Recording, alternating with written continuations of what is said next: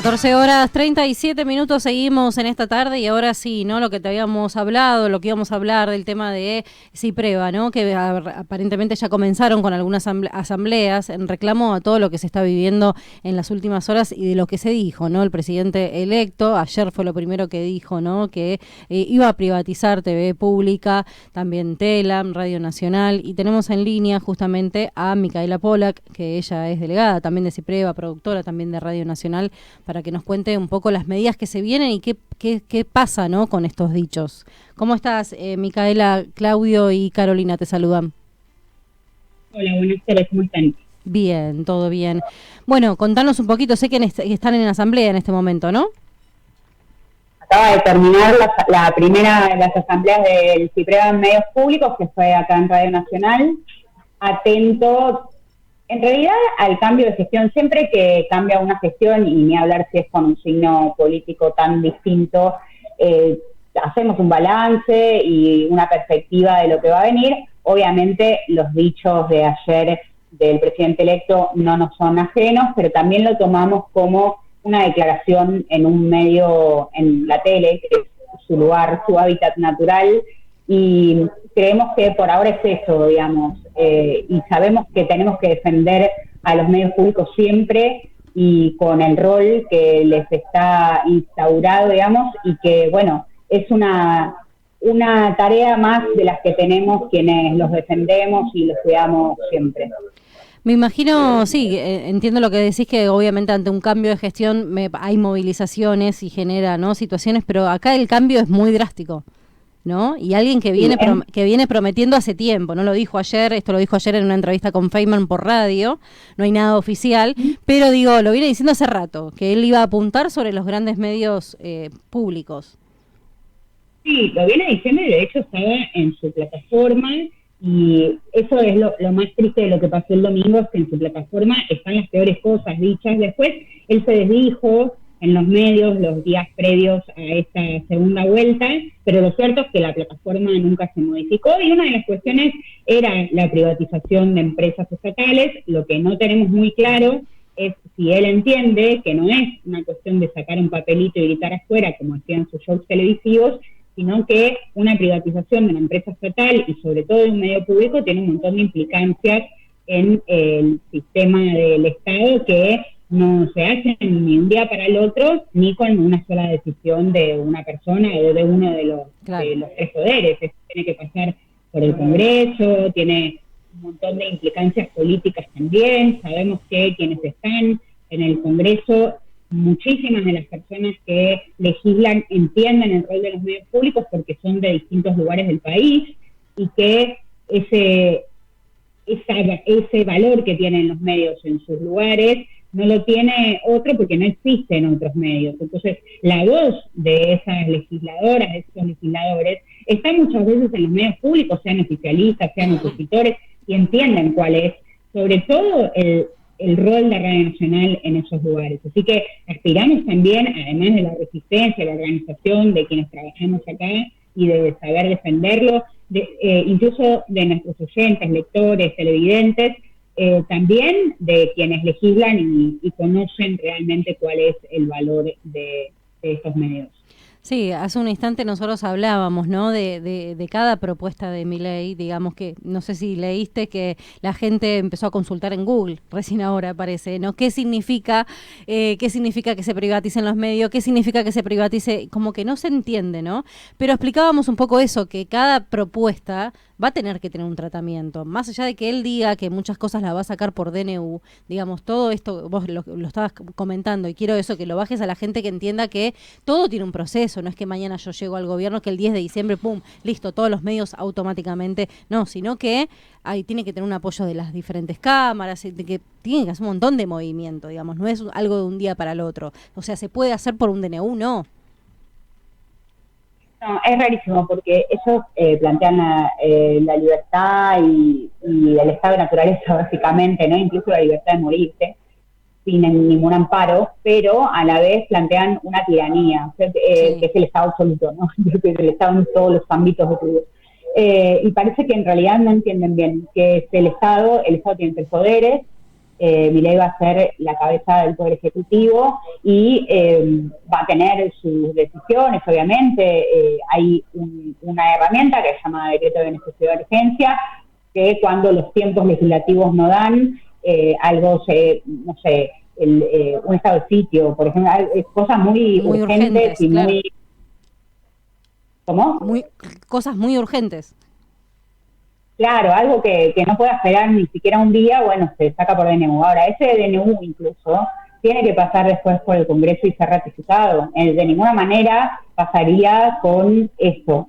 No se puede privatizar por un DNU, se puede, por ejemplo, poner los sujetos a privatización y entonces el Estado tiene su otro poder, que es el legislativo, donde se va a discutir esa sucesión a la privatización, a la concesión, a la figura que le quieran encontrar, y ahí se va a discutir, y por eso hablaba del entendimiento de quienes integran las cámaras en el Congreso de lo que son los medios públicos, y ahí es donde, obviamente, sin dejar nuestro rol de defensa, también apelamos a que entiendan desde ese lugar cuál es la necesidad de sostenerlo. De hecho, en la asamblea de recién en Radio Nacional lo que estábamos discutiendo es que ninguna de las gestiones que quisieron privatizar los medios públicos pudieron hacerlo. Estamos en una segunda etapa del macrismo, el famoso segundo tiempo que Macri esperaba, finalmente lo tuvo, pero ni aún así van a poder con esto porque no es algo que se haga tan simple como lo plantean. Tampoco lo de YPF, viste que Milei ya empezó a decir, bueno, lo de YPF va a llevar un tiempo, todo al final lleva un tiempo, ellos mismos lo dicen, incluso 30 años, ¿no?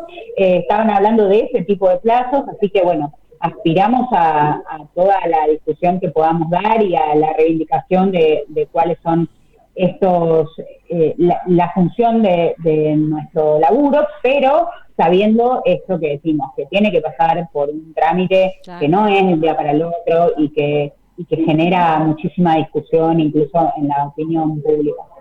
Dos cosas que querría comentar, ¿no? Vos hablabas de Radio Nacional y quería rescatar que como vos decías claramente, en ciertos lugares es la única radio donde la única que se puede escuchar la voz de otros, expresarse, pero también en esos lugares quiero rescatar otra función que tiene Radio Nacional, porque si uno va a alguno de estos pueblos, me estaba acordando un viaje de Neuquén a Zapala Luminé, donde lo único que podía escuchar yo en la radio, un viaje que hice solo, en la radio solamente de Radio Nacional, y todos los comentarios porque no hay ni WhatsApp ahí, ni ninguna comunicación, todos los comentarios de la gente que cumple una función social terrible. Bueno, Juan anuncia a su hermana de tal pueblo y parece algo que nos parece un absurdo a nosotros en Buenos Aires o en los grandes medios urbanos donde tenemos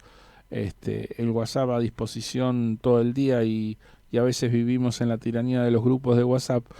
La necesidad de comunicación en esos pueblos, cómo está cubierta por Radio Nacional, yendo más allá de su función específica de radio, ¿no? Y el otro tema, la verdad que es cómo escuchamos la diversidad de voces si no existe televisión pública, si no existe radio pública, si no existe radio de las universidades. Claro.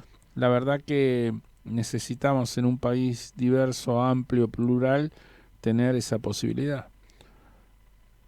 Sí, lo que vos mencionabas son los famosos mensajes al poblador, que en muchísimos lugares del país donde no hay señal son lo que permiten la comunicación en la ciudadanía, digamos.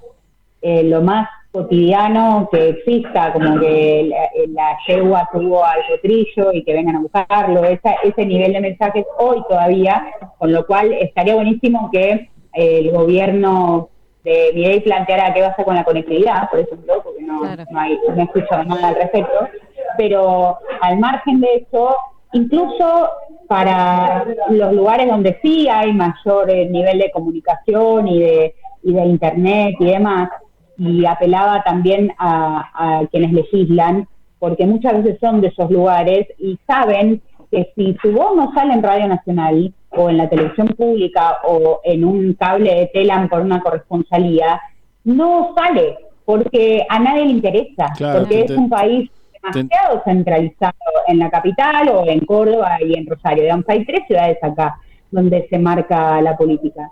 Y saben bien intendentes, concejales, que después pueden llegar a ser legisladores nacionales o incluso tener una proyección nacional, que el primer momento donde se van a multiplicar sus voces de la oposición, del oficialismo, de lo que sea, va a ser en la radio pública y en los medios públicos. Sí, sí. No, eso te lo entendí perfectamente. Yo hice como un agregado. Eso es así como decís vos, ¿no? Porque lamentablemente muchos canales, bueno, el radio de los mobileros es alrededor de la ciudad y nada más. Y lamentablemente vas al interior del país y las noticias que pasan es como si la General Paz está atascada o no está atascada, cómo va el tránsito, ¿no? Y vos decís, estoy en medio de Formosa, 400 kilómetros yendo de Formosa claro, ¿qué me importa la Claro, yendo de Formosa para Salta, estoy ahí en un pueblito que por ahí hasta no figura en los mapas y están viendo eso en la televisión, o sea, esa concentración hacia Buenos Aires o hacia 2 o 3 grandes ciudades es fenomenal, ¿no? Bien, entonces... Fíjense un momento, que los grandes grupos de medios, los medios hegemónicos, sí cuentan eso y, por ejemplo, obviamente no lo tienen en todo el país y no tienen la red que tienen los medios públicos, donde se cuenta hasta el más mínimo detalle del pueblo más chico, pero sí ellos entienden que reflejar lo que suceda en el Obelisco no interesa en Formosa. Y por eso tienen sus canales y sus radios por lo menos en las ciudades grandes. Entonces, si se entiende desde la comunicación de los privados, es bastante más cínico todavía que no se quiera reflejar desde los medios públicos, donde hay voces que no se escuchan en otros lugares porque no interesan en el mercado, ¿no? Sí, tal cual. Por eso creo que el debate va a ser amplio, no es una cosa de un día para el otro. ¿Cómo siguen las asambleas ustedes entonces? Bueno, mañana tenemos una en la televisión pública, también en horas del mediodía, y el jueves en Telam, siempre esperando lo que decíamos al principio, que haya alguna medida efectiva. Digamos. Eso estamos en estado de alerta y estamos con muchas ganas de defender nuestro laburo siempre, y eso sucede en cada uno de los gobiernos, pero sabiendo que por ahora no son más que declaraciones televisivas y que tenemos que hacer que eso no prospere. Exacto. Exacto. Bueno, Micaela, muchísimas gracias por tu tiempo, por tu espacio, por poder hablar, ¿no? Y debatir un poco sobre todo este tema tan importante, ¿no? Y traer un poco también de claridad a la gente, ¿no? Porque en estos momentos las noticias ya nos están abrumando y hay mucho miedo, mucha incertidumbre también. Y como decís vos, todo esto que se está diciendo son declaraciones en una radio, en un canal de televisión, nada es oficial, pero bueno, ya lo advirtieron que lo van a hacer, lo advirtieron en campaña, ¿no? Así que como bien vos lo decías, estamos en estado de alerta. Así que muchísimas gracias. Muchas gracias a ustedes. Que tengas Dale, que tengas lindas tardes. Hasta luego. Ahí escuchábamos a Micaela Pollack, justamente de Cipreva, y también productora de Radio Nacional, contando un poco el panorama, ¿no? O sea, por un lado, decirle a la gente eso, que se quede tranquila, que esto no es que se va a hacer mañana, y que de hacerse necesitamos algo formal, y que realmente después tiene que pasar todo un proceso y que obviamente los diferentes gremios van a salir a manifestarse porque ya están en estado de alerta y que no es algo que lo van a realizar de un día para el otro, ¿no? Va a llevar mucho tiempo también. Pero bueno, son advertencias. Creo que todas las cosas que se van diciendo son cosas que se dijeron en campaña y que sabemos que en algún momento van a ir por ellas. ¿Por cuál empiezan? Todavía no lo sabemos. Por lo pronto, dijeron la ley de alquileres. Ley de alquileres, privatización de YPF. Exacto, los medios e YPF. Los medios pero YPF. Bueno, hay que ver en el orden, pero por eso no hay nada escrito formalmente que diga, a partir de pero empieza el tratamiento. Tenemos el ejemplo en la época de Macri que él gobernó por los medios, salían a decir las cosas. Hoy tenemos esta locura de que las resoluciones oficiales se notifican por TikTok y por Twitter.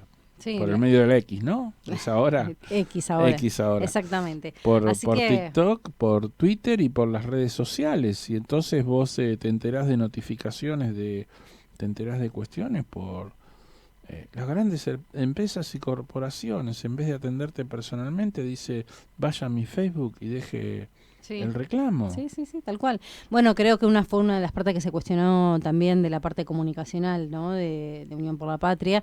El alcance que logró tener Milei en las redes no lo obtuvo Unión por la Patria. Creo que en lo que es comunicaciones, redes y demás, la Libertad Avanza superó ampliamente, ¿no? O sea, yo tengo a mi hija de 12 años que en un principio quería votar a Milei porque lo veía en TikTok.